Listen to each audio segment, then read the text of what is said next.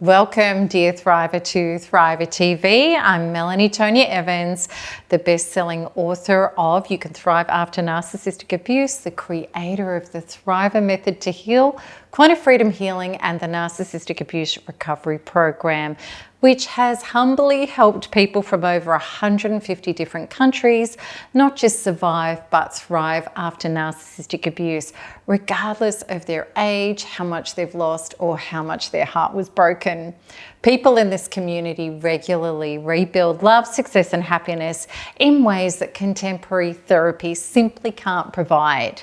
Today, I want to talk to you about our expectation that the narcissist is meant to love us and how this belief can keep us trapped in abuse.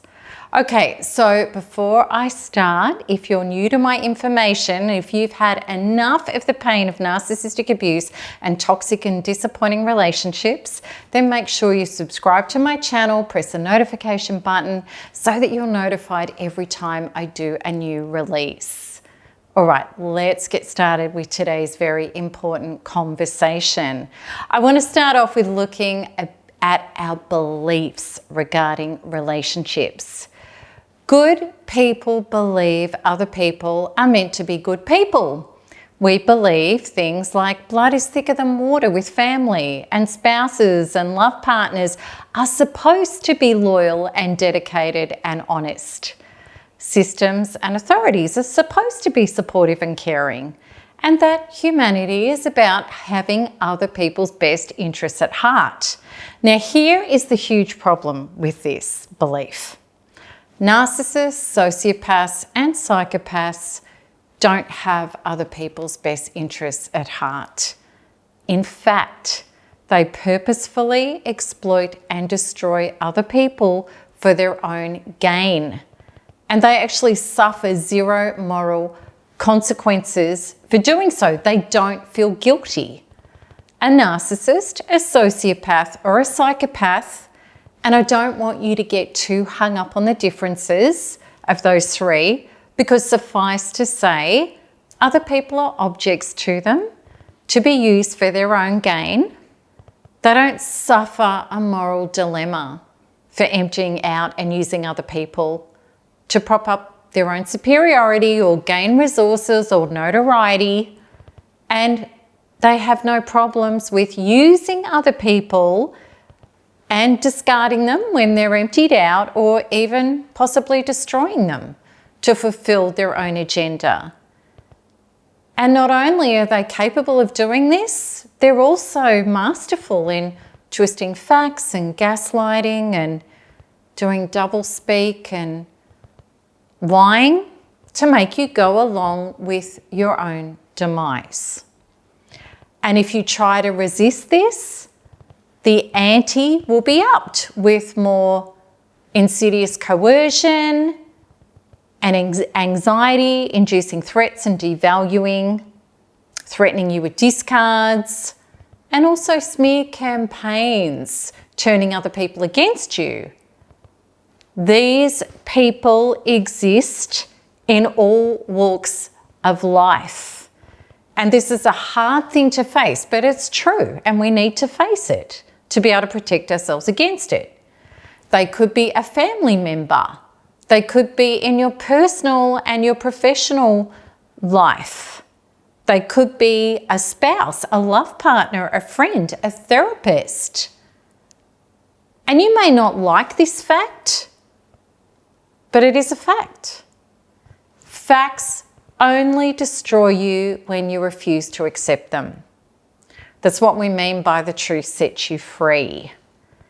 And this is only possible when you open your eyes to facts, empower yourself, and know how to create your life to be impervious to narcissistic people and systems, rather than choosing to not want to look at it and be stuck in unreal expectations of narcissistic people. And I really want to say it time and time again, there are more inherently good people in the world than narcissistic people. I know that might be hard to believe, but it is true. And often it's the narcissistic people that have tried to convince you that humanity is evil. It's not. Narcissistic lies and behaviour are. Humanity is beautiful. So how do you know and navigate the difference?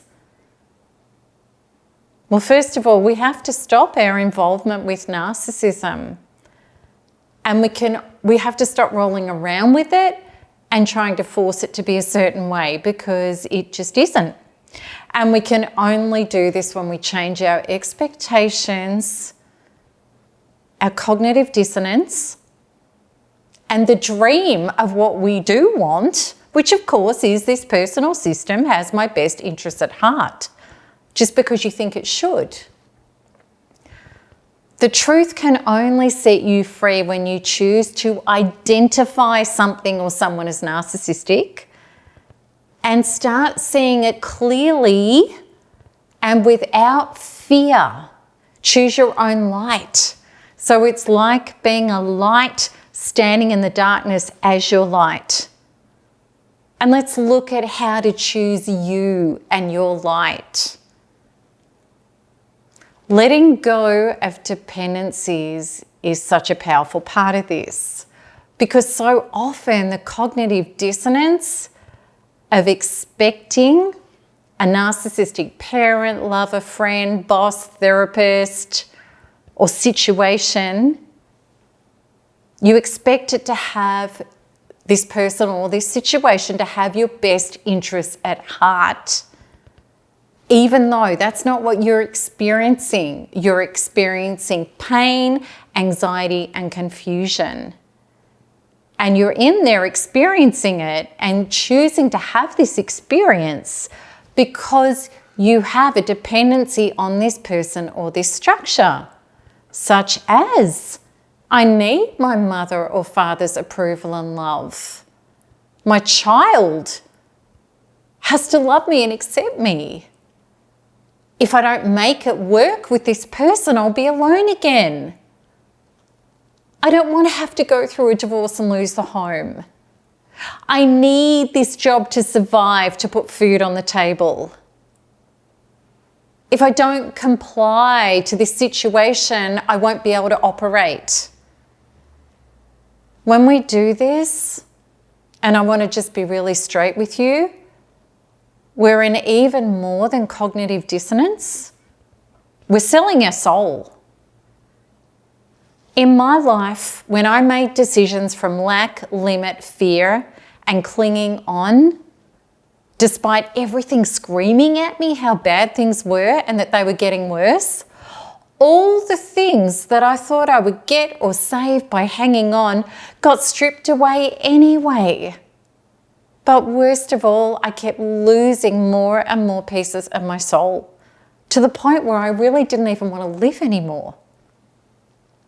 When I stopped saying this is meant to work out just because I wanted to, and I'm sure he, she, or they do really care about me, when the real life proof of my escalating anxiety, shattered ability to function, greater restrictions, and declining health kept happening, and instead said to myself, this is not right. This is decidedly abusive. And when I decided to honour and listen to my soul and detach and pull away to heal myself, first of all, just to get clarity and stop touching a stove that kept burning me, but then empowerment came and my life took off in incredible ways that I could never have even realised were possible. And I now unapologetically honour my soul. It doesn't matter if it's a family member, love, a friend, or any system that you can imagine. If it's not based in honesty, partnership, authenticity, transparency, and care, it's not my reality. I'm not here to agree and go along to get along. I'm here to be true. Such is the spiritual warrior path of graduation, liberation, and empowerment when we choose our soul over dependencies on others and hand away our power to stuff that's not our true covenant to source and unlimited universal oneness. We step into universal oneness and unlimited resources of support when we align with the truth of who we really are. And who we really are is a fractal, a part of source, expressing unlimited potential when we align with what is true and right with source and with our soul. So often we're handing our power away because we don't want to accept truths. Many lovely people can barely get their heads around that nasty people and things exist and that they pretend to be what we trust, but it can be self-serving, exploitative people and situations. There are people who are after control, resources, human dominion, and even the chance to bask in other people's suffering as a result of their pathological superiority and their twisted realities. A lot of people can't get their head around that, and this is a big problem because these people, like my former self, will keep trying and trying to fix, amend and love people, or acquiesce to try to appease these people in these situations, despite getting destroyed in the meantime. It's an even greater stretch for so many lovely people to accept that the very people and situations that we thought existed to love us and look after us could actually be twisted, nefarious, and abusive. It feels really personal. It feels like it's going to shatter our very identity because we feel we need these people and things in our life for it to work. We believe we can't exist without them. Yet can you see that this is your greatest gift to autonomy, to without conditions, stand as the light, face things squarely, identify who and what does or doesn't, have the resources to be the light also, and choose appropriately, align with what does and move on from what doesn't. We've all been programmed to not look at what is horrifying. You may have seen the movies, and I heard this analogy the other day from somebody who is a public speaker, and I won't mention their name, but it was really fascinating and it's so true. And he was saying that in movies that we've watched, people are hiding under the bed and the boogeyman is out from under the bed, and we don't want to peek out. Because if you peeked out from under the bed, the assaulter might grab you and get you. So don't look. That way you're going to be safe. And in other horror movies, the reality was so disturbing, ghastly and devastating, complete with blood-curdling, spine-spiking music, that you can't look. You don't want to look. It's too much. We have been programmed to not want to see the truth. We don't want to acknowledge it. We all knew inside with narcissistic abuse, we knew shocking truths that we didn't want to know. We ignored them, we hid from them, and we even defended them. We even attacked other people that tried to point it out to us because we didn't want that version to be true. But not facing reality doesn't mean it goes away. Reality does grab us out from under the bed. And reality, when we don't want to look at it, is devastating to our very core. And as we all discovered, there was no avoiding these truths in the end. And so many people and myself said, I wish I'd faced this, I wish I knew. We didn't want to face it. The reason that what unfolded was so painful and so impacting was because we avoided the truth. And we refused to look at and accept the truth for so long. And what was doubly devastating was it related to the very people in our world that we've been programmed to trust. Again, as an empowered, autonomous being, creating and generating your true life, your source, real, true self in life, source and healthy life force is your sustenance, and it's unlimited.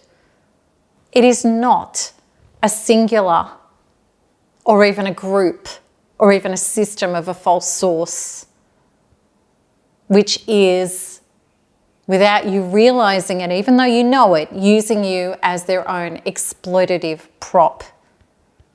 And it doesn't matter who or what or how significant the personal situation is in your life, your true self and source is unlimited. So to have a great life, no matter what, you have to accept the truth, because then you can start aligning with and living the results of your real life, honoring your true self. So how do you live in the truth? Inner healing is so powerful because it helps you get clear on what truth and real values are. And I'm going to give you some really powerful takeaways right now about some fundamental truths. And this is what it is.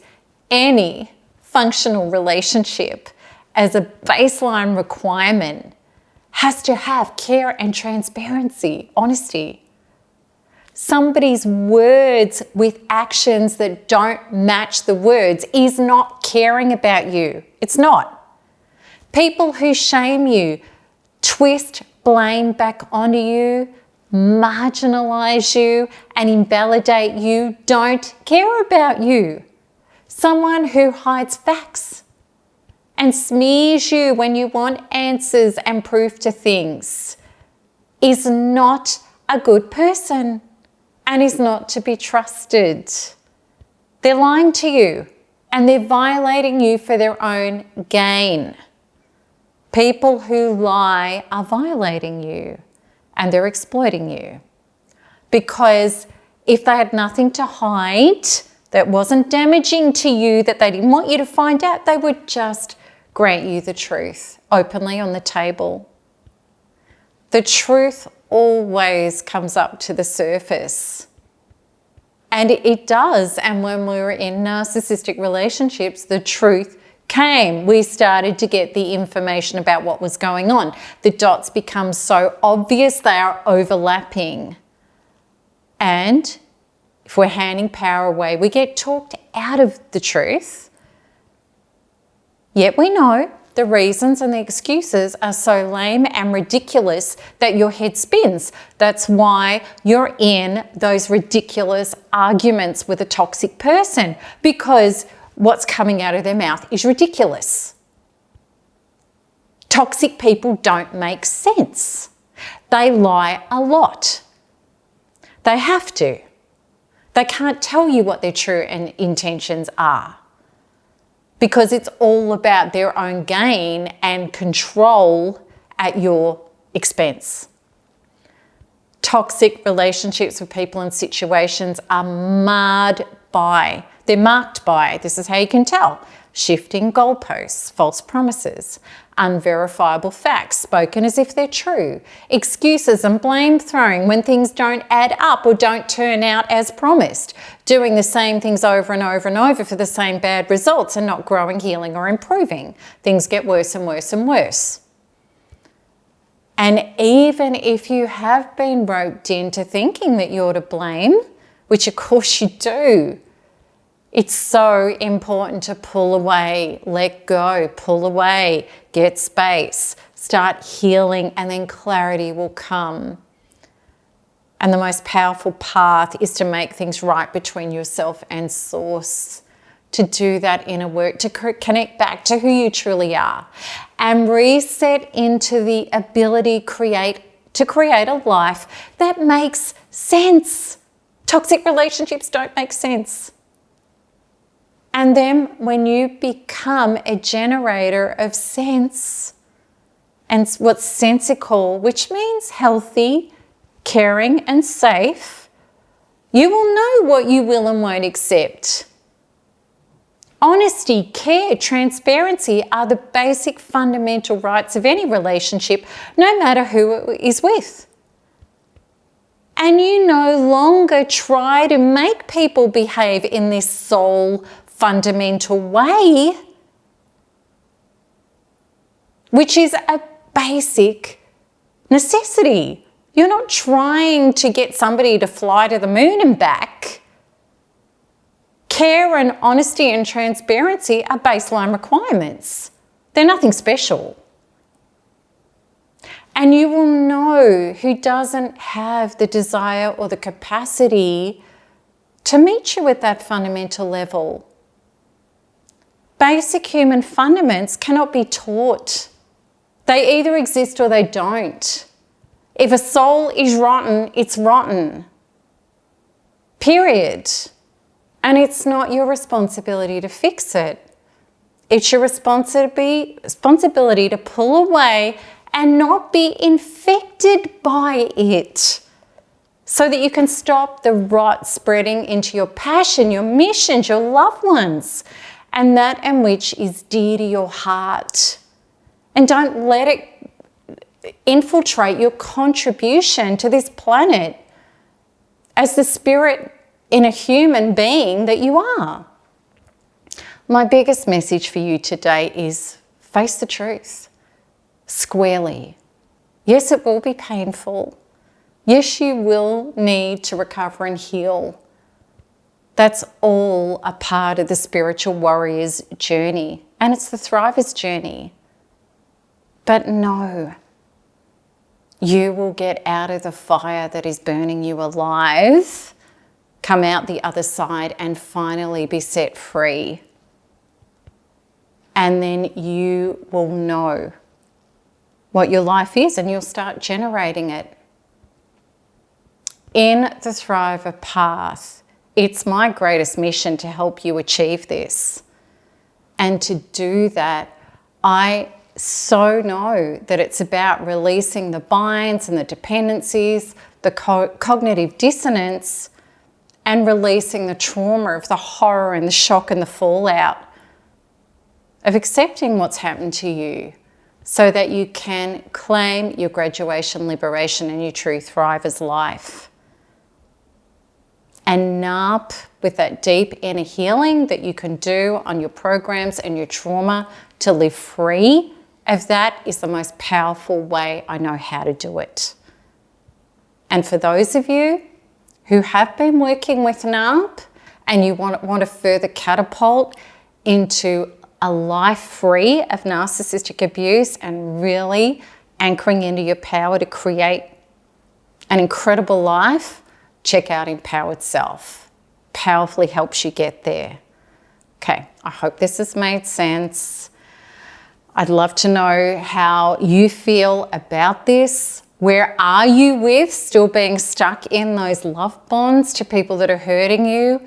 Or are you starting to accept the truth and come back to loving your soul and honoring a life that works? Okay.